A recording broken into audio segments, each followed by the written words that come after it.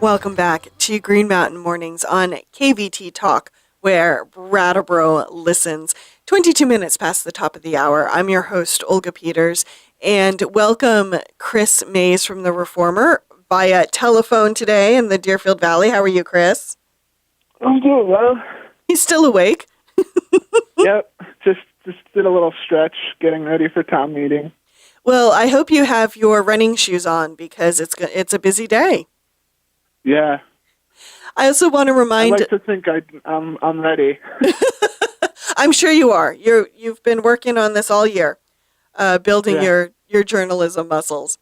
I want to remind listeners that this segment of Green Mountain Mornings is being filmed by Brattleboro Community Television, and it will be online later at brattleboro.tv, and broadcast of Green Mountain Mornings tonight is sponsored by Brattleboro Savings and Loan. So, Chris, let's talk about big issues happening in Wilmington. Wilmington should be relatively quiet today. One of the bigger articles has to do with recycling at the former town garage downtown. Mm-hmm. Last year they approved funding, and so far they've exceeded spending on what they on that item. So now they're probably going to have to amend the article this year. And some people say, there's people from other towns using this site, and there's second homeowners or visitors, tourists using the site, and it's driving up the cost. But on the flip side, they don't want garbage just thrown all over the town, so I think a lot of people want to see the site remain. They have another recycling site at the town garage, which isn't downtown, it's in town. Mm-hmm. So it will be interesting to hear what happens with that. Now, has Wilmington, because it used to be part of, it still is part of the Wyndham Solid Waste Management District, but the district no longer does district-wide recycling. So has it seen its costs go up since that service went away from the district? I'm not sure because there's a big cut at the district. I understand I think they reduced their budget by 30-something%, if I have it correct. Mm-hmm. I haven't written about this yet, but it's kind of on my radar. And so I would have to believe that the individual town rates have gone down quite a bit because, and they're saying it's because they're no longer doing the recycling, but the towns have to pick up the slack. So right. They might be, hopefully they're breaking even, but I'm not sure that's the case. I'm supposed to sit down with Bob Spencer, the executive director at Wyndham Solid Waste, sometime soon to discuss this. Discuss the issue. Well, it'll be interesting because I can imagine that in a town like Wilmington or even Dover, where there are so many second homes, that the issue that people who don't live in the town have been using the recycling area is not new. Yeah, and I should also mention the revenue changed. They would get a certain figure for recycling certain items, and that's dropped too, according to the town manager in Wilmington. Gotcha. Interesting. And we've seen what happens with the district. The Wyndham Solid Waste District. When that happened there, they had to cut back on some of what they were able to do because it just wasn't financially sustainable anymore. Right. Well, I look forward to reading your conversation with Bob Spencer when that actually happens. Yeah. How about Whitingham? What are the big town meeting issues for Whitingham? Last week, I went to a Twin Valley school board meeting, and I was like a lot of other people there, I think, in learning that Whitingham had taken an article off their warning, or didn't include it this year, and it was an unexpected thing because they used to they used to have an article that said raise $10,000 for user fees, and that would help offset some of the costs with the school, and it would help lower the tax rate a little bit. And the town does use the school building for town meeting and the Maple Fest, and every 10 years at Old Home Day. I'm not sure if it's called that in Whitingham, but you get the picture. Yeah. And so this year the town decided not to include that article. And so if there's not an amendment from the floor, the school budget will be rejected, and they'll have to vote on it again. The reason they took it out was because of this lawsuit. The town has launched against the state.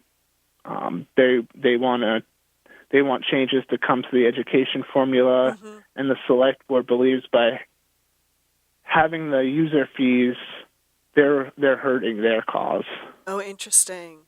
Huh. And that's because they asked for a contract to show what the user fees were going for, and the school officials never gave it to them. So they just decided not to include it on this year's warning. No, I don't quite understand. If there isn't an amendment from the floor, why will the school budget be rejected on this issue? Because the budget has the $10,000 included in it. So it wouldn't be the budget they presented to voters, so it would fail. Got you. Thank you. Thank you for that clarification, Chris.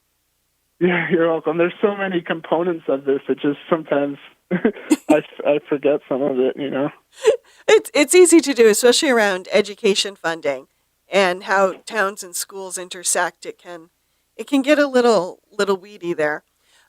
Chris and I are going to go to a break, but when we come back, we're going to talk about a meeting that happened in Putney where some legislators came and discussed issues facing the town. We are back with Green Mountain Mornings on KVT Talk, where Brattleboro listens. 37 minutes past the top of the hour. I'm your host, Olga Peters, and welcome back to Chris Mays from The Reformer to the show. Welcome, Chris. Thank you. And we were talking before the break about big issues on town meeting day in Whitingham and Wilmington. And at the top of the hour, we also discussed Halifax and Dover. But recently, there was a meeting of lawmakers in Putney. Was it town meeting related, or was it just a listening tour by the legislators? What was this about? It was pretty much just a meeting with legislators about some of the bills and issues they're looking at right now in the State House. Mm-hmm. They talked a little bit about the budget and some of the concerns they had with the governor's proposal and how it would be cutting from the human services and how some of the services have been level funded for 10 years and how that's not a sustainable model. Then there was talk about Act 46. That kind of dominated the conversation. There were a number of school board officials and just concerned residents, and they were asking legislators to support the alternative governance structure. Mm-hmm. It's been submitted to the state for Act 46, and it's a proposal that differs in the one that was sent earlier on and the one that was rejected by voters in Putney, Brattleboro, Dumbarton, and Guilford in November. Mm-hmm. And there was some back and forth. Representative David Dean and Senator Jeanette White didn't want to support one proposal over the other one because it's been such a divisive issue, and they didn't feel comfortable doing that. Representative Mike Murwicki, he was working with the group involved with the proposal, and he said it's actually bringing him and Representative Mike Hebert of Vernon together on an issue, and he was kind of joking that they're kind of on the opposite sides of the political spectrum. This is true. But then there was also some talk about what they're doing to improve policies at the state house regarding sexual harassment and related issues. Mm-hmm. They said that what's happened with the Me Too movement has inspired them to get really tough on these policies and to prevent any issues from happening up there. Did they happen to talk about, in regards to the sexual harassment policies in the state house, that those policies fell under criticism earlier this year because they were so opaque, I guess is the way to put it. There was very little transparency and there was very little that the public could know about who maybe had been accused and who had maybe been, what the outcome of that accusation was.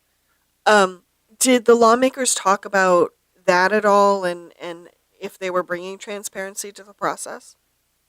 No, they only really touched on it briefly, and it was mostly Mike Merwicki who's working on it, and he said it's really we want to. He said his quote was, "We want our building to be physically and emotionally safe."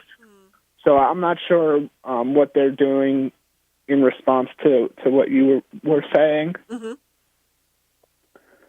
but it sounds like they're trying to take everything into account. And other issues that they discussed? Yeah, Mike also mentioned addressing childhood trauma, Mm-hmm. and he made an interesting point. He said he'd like to see it looked at as smoking, something that over the years education actions and programs have really helped. That's what he said, Mm-hmm. and he wants to really focus in on it, and he thinks it could maybe have some good effects on the community at large. Yeah, that's such a big issue. Representative Maricki and I talked about this issue, I want to say early February.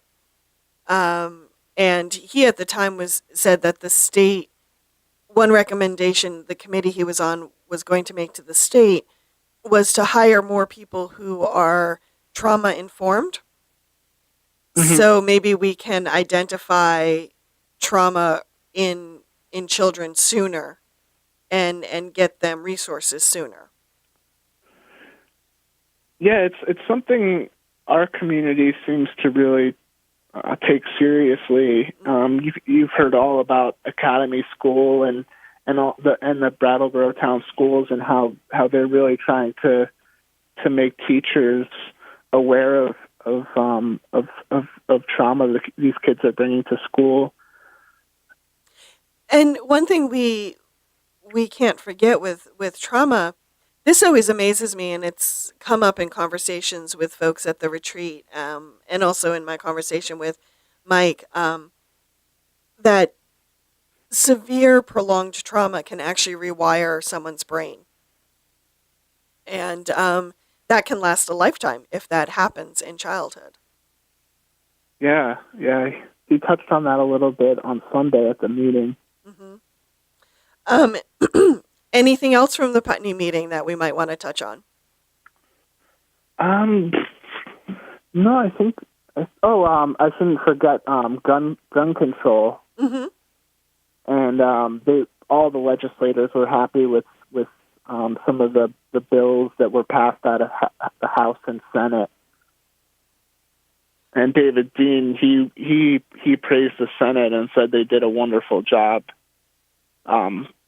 in their work. And they're talking about limiting gun purchases to people 21 or older, and allowing police officers to take guns and explosives away from people who could be a risk to themselves or others. Yeah, that will be that's something that a lot of people are following, and I'm still amazed at how quickly the legislature moved on this issue after Fairhaven and the events in Florida. Yeah, and So, it's something, people are definitely a little bit at odds over in Vermont. hmm well, to be honest, for better or for worse, in many ways we've been an outlier compared to the rest of the country. Um, I would say, with the Yeah. exception of suicide and domestic violence, we don't shine in those areas. But when it comes to other types of gun violence, we don't have what a lot of the country has. Um, any other town meeting issues that you're following, Chris? Well, one of our freelancers is going to be in Townsend today. I think Hmm. that's a big headline to watch for. Yes, They're going to be remind talking us. about maybe moving to a town manager form of government. Right now, Right. they have an assistant to the select board. They think if they had a town manager, they could work more on grants and some of the other stuff. That an administrative assistant um, can't legally do. Mm-hmm. Mm-hmm. Sign papers and whatnot that the select board needs to. And they're also talking about they wanted to have a big conversation about law enforcement contracting, maybe seeing more of a presence in town. Okay. So right now they contract with the state police. Yeah. So And in what the past, it's been either the state police or the sheriff's office, depending on availability and what services they're looking for. does it sound like Townsend will go as far as opening its own police department? I don't. I haven't heard that. I think that would be a really expensive Hmm. proposition, but they might do what Londonderry did and raise more money for policing. Oh, okay. So in other words, they could contract more hours with the state police or more hours with the sheriff's office. Yes. Okay. Um, any other headlines you'll be watching today? Um, there's in Dummerston and Putney, they're talking about um, new vehicle purchases for the fire departments. Mm-hmm. That's a good one. I think in Brookline, they're talking about whether to change town meeting day to the Saturday before everybody else has town meeting day on the Mm-hmm. first Tuesday of March. Okay. And those conversations are always pretty interesting.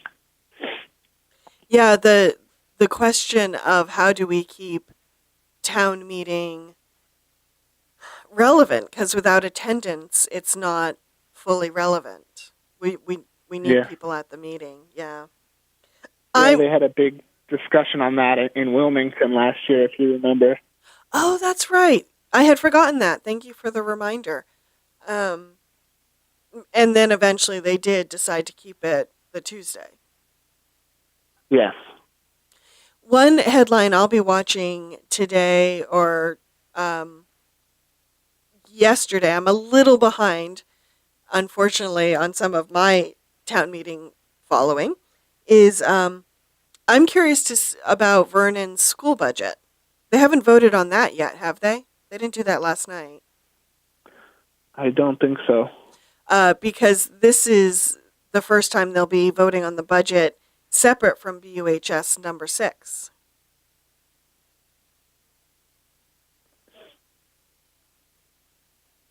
And we'll see if that changes voters' appetite for being separate from the district. Yeah, they had their town meeting last night, so we're hoping to follow up a little bit today and see what happened there. If they got through the budget, I think they're expecting to have the budget and all done last night, and then tomorrow they'll look at the other articles. Okay. Yeah, I sometimes get confused with Vernon, I have to be honest, because they have their town meeting over anywhere from 1 to 3 nights. Sometimes I I lose track of what has actually been accomplished, and I apologize for that. Um, little old me journalist. And Chris and I were talking off air, and we won't voice our bets out loud because that would not be fair. Uh, but in Brattleboro, there is the select board election tonight, and there are three really strong candidates for a 1 year seat.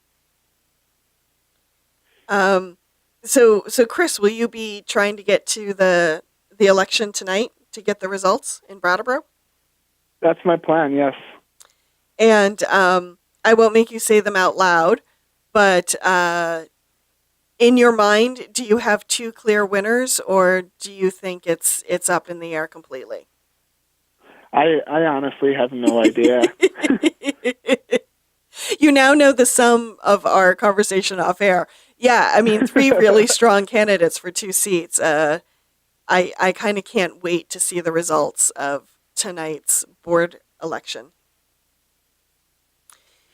So, Chris, any last minute thoughts on town meeting or articles that you're covering right now, issues that you're covering right now that we want to remind listeners of before I let you go? Excuse me. No, it will just be interesting to see voter turnout today. Mm-hmm. See if it's still a strong tradition in Vermont communities. Mm-hmm. Fantastic. Well, good luck running between Dover, Wilmington, and Whitingham today. And thanks. Yeah, it should be fun.